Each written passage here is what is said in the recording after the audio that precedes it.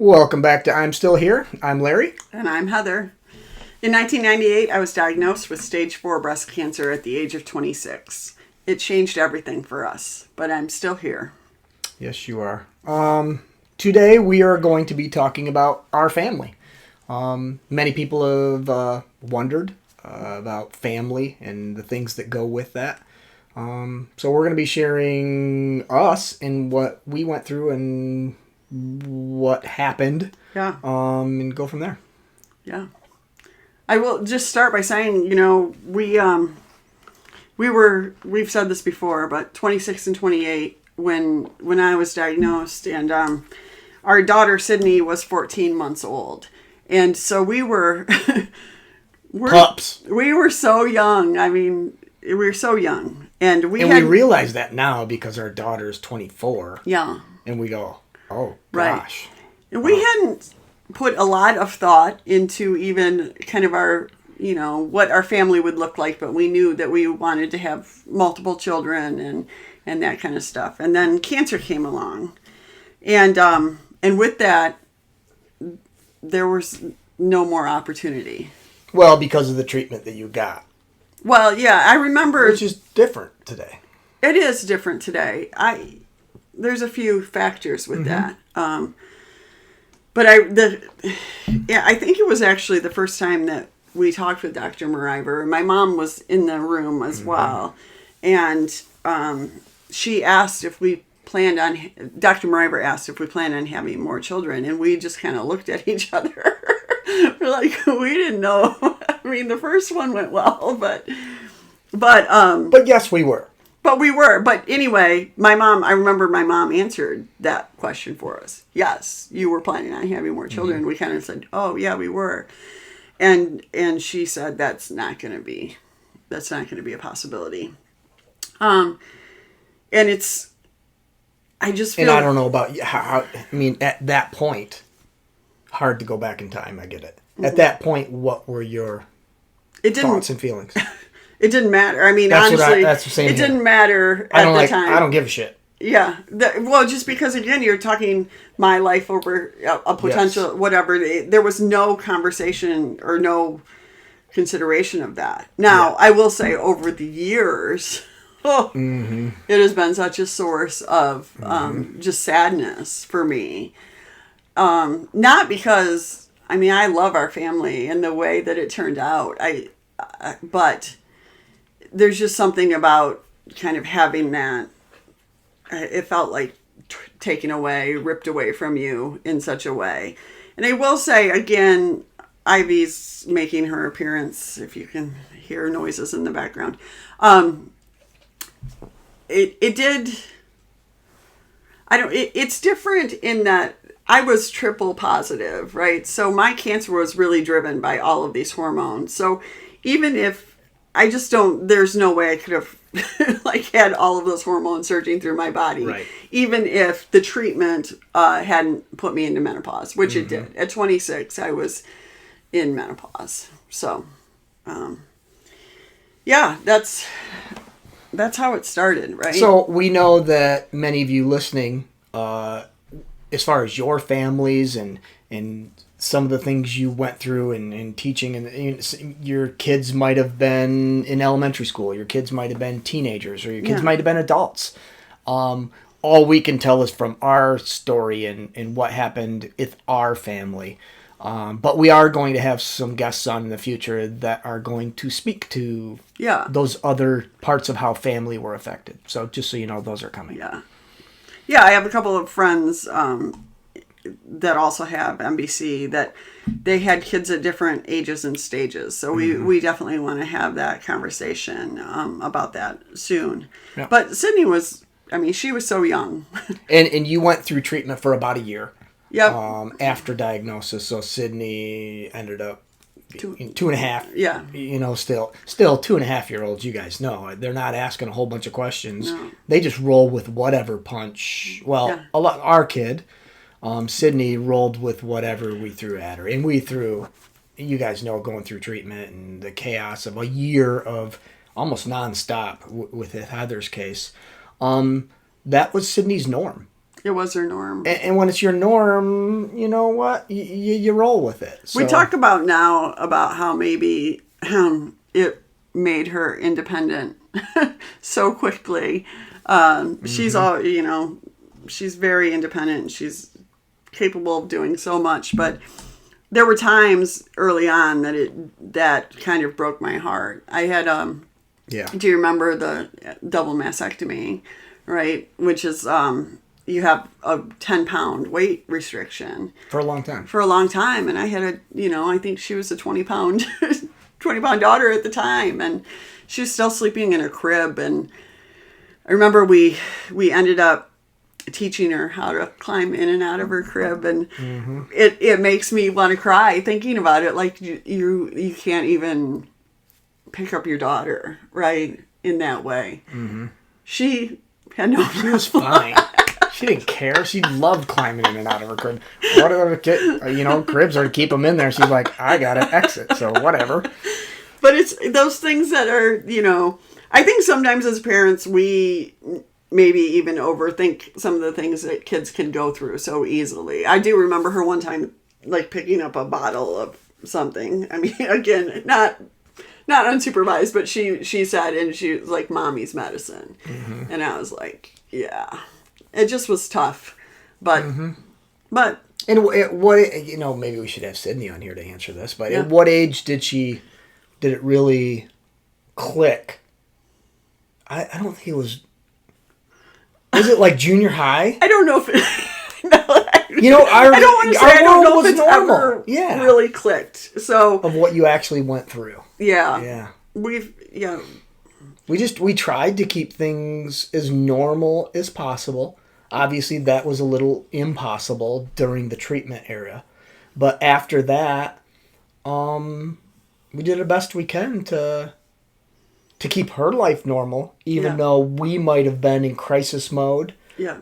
It's like with anything else, I think, with dealing with children, you try to shield them from the chaos. Yeah. And we probably did that many times. Yeah. But yeah, I don't know. Yeah, well, let's talk about number 2. Okay. So not too long. Oh my gosh, those are our dogs that you can hear. I'm sorry. They feel the need to move right now. Anyway, not long after the treatment. I don't even know how long after. How old were we? Oh, well, it took so long. So it did. Okay, so yes, I remember that. So the process, we decided we wanted to adopt. Well, Heather decided we wanted to adopt. I was a little intimidated by that. For a lot of reasons, and I can't even really express to you, like, the reasons, but I don't know. What comes to mind? Well, I mean, I want to take parenting very seriously. I want to do absolute best I possibly can, and honestly, I do remember way back then thinking, there's no way. I feel like I'm, as a coach, as a caregiver of somebody with cancer, and the rest, I feel like I'm giving all of my effort to Sydney and trying to do a good job there. And I even felt like I was falling short there. And then to add another child, wait a minute, I can't do that. And I was scared of that. And obviously, the obvious reasons is when your wife has stage 4 cancer, wait a minute, I could be doing this alone. Yeah. And I don't think, honestly, part A, what I just talked about, I don't think I'm doing as good of a job as I feel like I could be doing. And then to add a second one, well, that is going to make it worse, not better. Yeah. I didn't get it, to be honest with you. I just didn't get it. But, so before the adoption process we're talking about here, not during. So before that was my feelings. Once I wrapped my brain around the fact that I could do this and that we could do this and the challenges there, then I was fine. Yeah. I remember the conversations a little bit too, and just that. So was I way off? No, I think you're spot on, actually. Right. I just remember you thinking, I don't know how I can kind of expand to encompass another child. Yeah. I remember thinking, because I definitely was getting some pushback, and I'm not saying that I shouldn't get some pushback on trying to adopt a child at that point, but a lot of people are being like very pessimistic about it, and my thought was kind of like, okay, but this child who has no parents, I mean, does not have a home or whatever, at this point will end up with a really great parent, even if I don't make it the whole time. Like, and I know I don't know. I just felt like I knew that he would be with a really great dad, Well, and we both have really great families too. Yeah. Yeah. We had really our good parents. Yeah. Unbelievable and helpful. Yeah. And yeah. They weren't going to just, that's too bad. I mean, they're awesome, and still to this day. Yeah. So we did look into a lot of different ways for adoption. We looked into foster care. We actually got certified or whatever to be foster parents. And I really didn't like that, and I'm glad, because just the idea of taking somebody in and truly as yours, and okay, we're going to do it, and then they leave.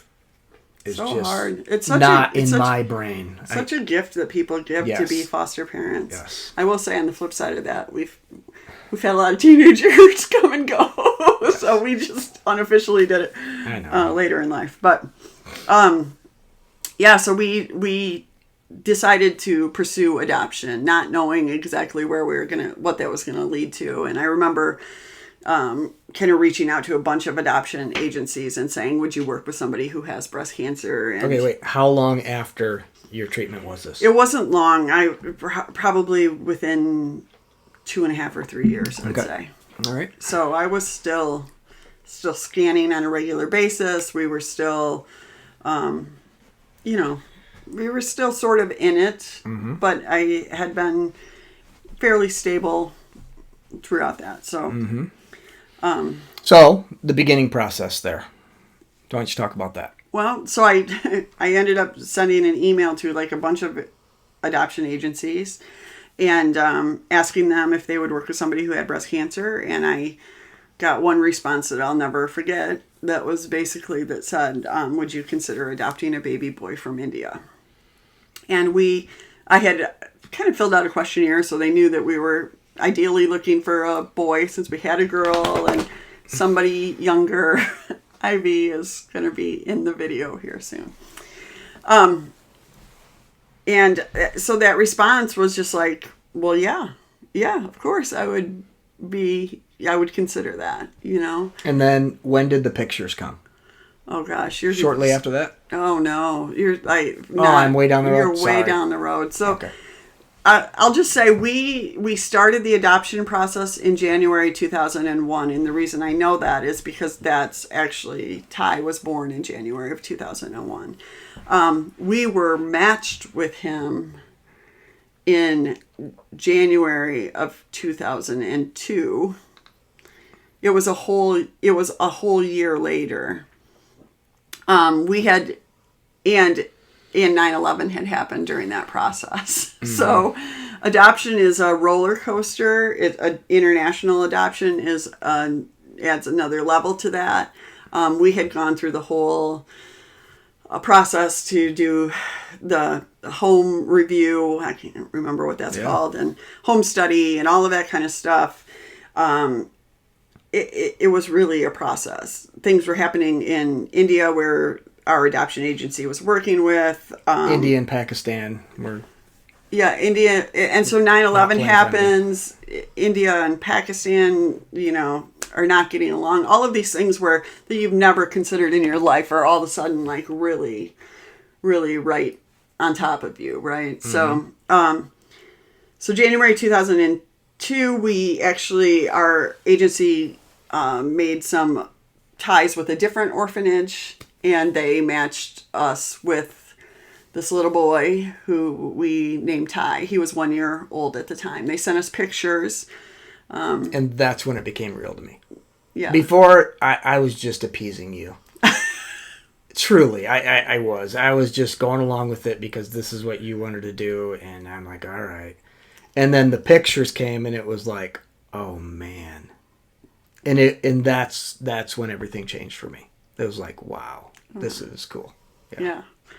So that it's interesting that you kind of go on so little information, but we said yes to him, and in June of that year, June of 2002, I was actually turning 30, and for my 30th birthday, my two best friends, Katie and Christy, and I walked. And it used to be an Avon 3-day. So that was 20 miles a day for 3 days, raising money for breast cancer, blah, blah, blah. But we did that on my birthday weekend, and the third day of that was Father's Day. So it couldn't have been more, I don't know. And that's when we got the news. So so literally I'm walking into Chicago, probably our last mile or two of this 60-mile walk, and I get a phone call, and it's our adoption coordinator saying that he was ready, that we could come and get him. So, or we could figure it out from there. So that was really cool. Yeah, that was cool.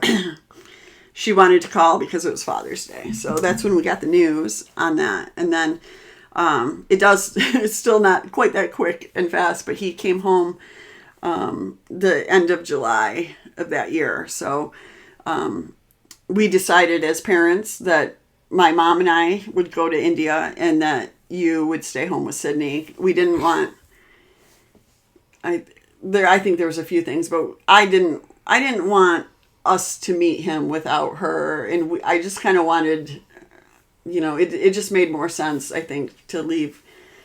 Well, it's so hard to take Sydney. Yeah. That was just such another hurdle. Yeah.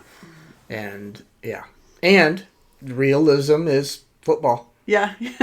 That's when football camps are. That's when, it sounds horrible when I say it out loud. Jeez, oh Pete's. But it was the reality is when you're a head football coach, you have responsibilities. Yeah. And I have to be there. Yeah. So that's how Ty came home.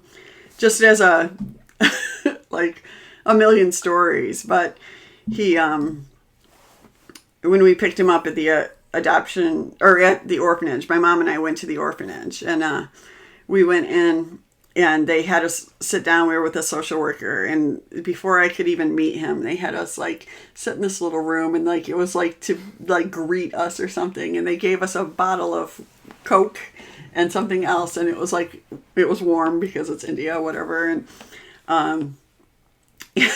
and I was thinking, how fast can I drink this Coke so I can meet this kid? Let me meet him, please, please, please. But then we went in and they did a little ceremony. They put him in my arms. He was scared to death. He couldn't look at me. It was all just kind of surreal, right? And then it, not unlike when you have your own child, they, you walk out the door with them. The same thing as, when we had a baby, we couldn't believe, the hospital just let us go. Take this child home. We were not qualified. And I think that's what every new parent thinks is whoa, wait a second. But Ty hadn't been out of the orphanage. And so in India, oh my goodness, the cars and just the noise and everything else. So he was just enamored with what was happening outside of his window. And he literally, again, no car seats, stood on my lap and held on to the handle and just looked out the window as we went back. But he, the next day he called me mama. So it was really a bittersweet thing, and it felt like he just walked right into our lives. Yeah. It took him a minute to walk into yours. Yeah, he didn't want to talk to me. He didn't want to look at me. I wasn't allowed to look at him. He didn't like that. He had not been around men. There were only, the doctor was a man, and there was one, kind of the founder of the orphanage was a man. So he really hadn't been around men. But we always joke around that he bonded over jet ski. Yeah, I put him on a jet ski, and from then on, he's like, all right, this guy will do. This kid loves motors. He always has. So if he can drive it, he'll do it. So. And now he's 12 21 years old and doing awesome. And the song you hear, I don't know when. At the end. At the end. A little bit at the That's beginning him. and at the end. He's a musician, and very good at it. So pretty proud of him. Yeah. So let's talk a little bit. I mean, so it just kind of, cancer was a part of our lives with them growing up. Yeah. We never tried to hide anything, but we also were not going to share any of the stress or anxiety with them. So, and that's a choice I think parents make. We just chose not to give specific real details. Like if there was an oh shit moment or something, we weren't going to tell them about it. No. There's no reason to. And we wouldn't do that with anything in our lives that's big like that until maybe we had a handle on it or knew more information. And then we shared and brought them in on it. But most of the time, even on those, they were like, all right. I mean, they were growing up. They had other issues. So I think they care now. Now it's a different story. Now they're adults, and that information or a moment that would be changing. It would be different now. Yeah, I think so. I mean, there were times that I would have a surgery or something like that. I've had a lot of surgeries over the years. Again, we just kind of kept it low key and kept them kind of out of a lot of it, right? Yeah, and that was our choice. I don't know what the right thing to do is, and people have commented, wanted to know kind of what we did with family and that kind of stuff. That's just what we did. Yeah. So, outside of it, our parents were also our family and helped us out with a lot of things. And whether that just be watching Sydney was huge from our parents. But not only that, it's just the meals and the other things, and they're just stopping by to help out or clean the house. I think there's a lot of things. Yeah. I mean, again, all the research that my mom did to be up on treatment and know what was happening and things like that was really helpful. I mean, they helped us financially at times. That's, for sure. I forgot about that. Sorry. It's, it's hard. There's so much that goes on during that time. So we were fortunate that they were able to do that with us. So. Yeah, honestly, we're so lucky. I mean, they were always a phone call away. And I say that because I know not everybody's in that boat. And not everybody either has that support or has living parents. Yeah. We're in that stage now where we've both lost a parent, and that does change things. And if we were going through that now, that it would be a different environment. Yeah. And so, we got lucky in a lot of ways. Yeah. So I remember a story. I remember one time. I don't know how old do you think Ty was? Maybe. I don't know, 10-ish, 12, maybe. Anyway, I was at home one night, and Larry and the kids were doing something at school. So I'm guessing they were, in that early high school to middle school-ish age, because it was so easy for them to be with you. And then, anyway, one night, Ty comes flying in the living room, and he says, "Mom, Dad says you're a freak." And I was like, well. Where are you going with this? So do you want to continue with that? I just, in explaining her to other people or to my kids or whatever, there's a level of respect. There's a level of awe that I have for her in what she went through. And I got to witness it firsthand in her going through the stuff. And I don't know, or I'm pretty sure I couldn't have done what she's done. And so I just started calling her a freak, and she's a freak in a good way. How she is able to do all that, and just the little things too. It's just, you're a freak. I don't know. What do you want to add to that? No, I just thought it was funny. I mean, I think it was the first time that Ty was really considering that cancer was really a part of our lives. And I think no, you don't understand. Yeah. Had that conversation with them. And again, it would be fun to have both of them on at some time. Ty will tell you that he is glad for the cancer, or in a way, because he said, we wouldn't be the family we are without it. So I appreciate that perspective from him, and it's been good that way. But for sure.